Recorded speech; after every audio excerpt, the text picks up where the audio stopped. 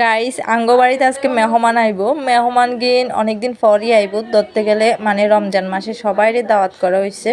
তো দুলাভাই দেখি এদিকে সব গুছাই ফেলতেছে, আই কিনি কাজে হেল্প করি। আরে আগে আর পরে থাকি আরই, দুলাভাইয়ের কাজে কাজে একটু হেল্প না করলে কখন কইরাম।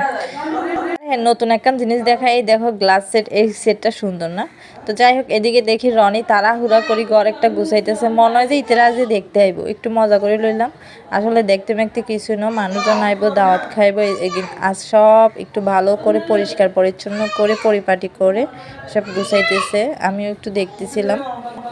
আর এদিকে হুসাইন কান্নাকাটি করতেছে, ওর নাকি আজকে ফরেন ফুটতেছে, ওগো বাড়ির লাইক চলে যাইব কয়, সবাই কয় একটুখানি থাকি যায়। সুস্থতাও যেমন আল্লাহর দেয়া শ্রেষ্ঠ নিয়ামত, ঠিক তেমনি অসুস্থতাও আল্লাহর নিয়ামত। আর অসুস্থ হলেই বোঝা যায় যে সুস্থতা ঠিক কত বড় নিয়ামত। আসলে আজকে কয়েকটা দিন ধরে খুব বেশি অসুস্থ, শরীরটা মোটেই ভালো যাচ্ছে না। আসলে ভালো সময়টা আমরা সবাই মেনে নিতে পারি, ভালো সময়টা কোন দিকে চলে যায় বলাও যায় না।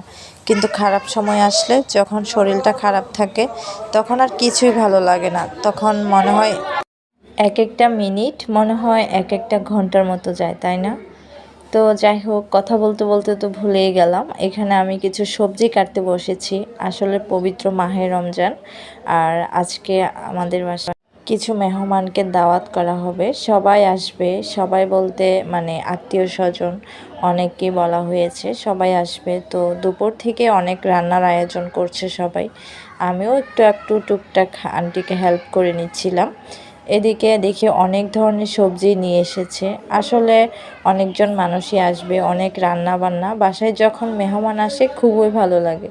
আর দেখো, মেহমান আসার আনন্দে সানজিদা কীভাবে নাচানাচি করছে। তো যাই হোক, প্রথমে আমি শাকগুলো কেটে নিচ্ছিলাম।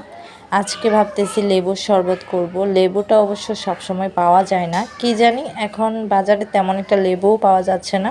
আচ্ছা, তোমাদের এলাকায় লেবু কে কী দামে কিনো অবশ্যই কিন্তু কমেন্টে জানিও। আমাদের এখানে লেবুটা এত বেশি দাম, বুঝলাম না, মানে স্বর্ণের দামে পাওয়া যাচ্ছে না। আগে মনে করতাম টাকা হলে সব কিছুই পাওয়া যায়, কিন্তু এখন মনে হচ্ছে না, টাকা হলেও সব কিছু পাওয়া যায় না। যেমন এই রমজান মাসে লেবুটা সবাই খুব পছন্দ করে, সেজন্য হয়তো বা পাওয়া যাচ্ছে না। তো যাই হোক, আজকে যেহেতু চোখের সামনে পেলো, সবগুলো একসাথে কিনে নিয়ে এসেছে। যেহেতু মানুষ আসবে, সারাদিন রোজা রাখার পর সন্ধ্যায় যদি ইফতারের টাইমে লেবু দিয়ে একটু শরবত করা হয়, তাহলে কিন্তু অনেক বেশি ভালো লাগে, তাই না? মনে হয় এক নিমিষে সারা দিনের ক্লান্তিটা এক মুহূর্তে চলে যায়। তো যাই হোক, আমার কাছে যেটা ভালো লাগে সেটাই শেয়ার করলাম তোমাদের কাছে। আচ্ছা, পবিত্র মাহে রমজানে ইফতারের আগে আমার মতো কারা কারা শরবতের ব্যবস্থা করো? মানে আমি বুঝি না, সব সময় আমি শরবতটা বানাই আর আমার কাছে খুবই ভালো লাগে। আর বিশেষ করে যদি লেবু দিয়ে শরবত বানানো হয়, সেটা আমার কাছে আরও বেশি পছন্দের। আর প্রতিবারই যেখানেই থাকি না কেন, মানে শরবতটা দেখে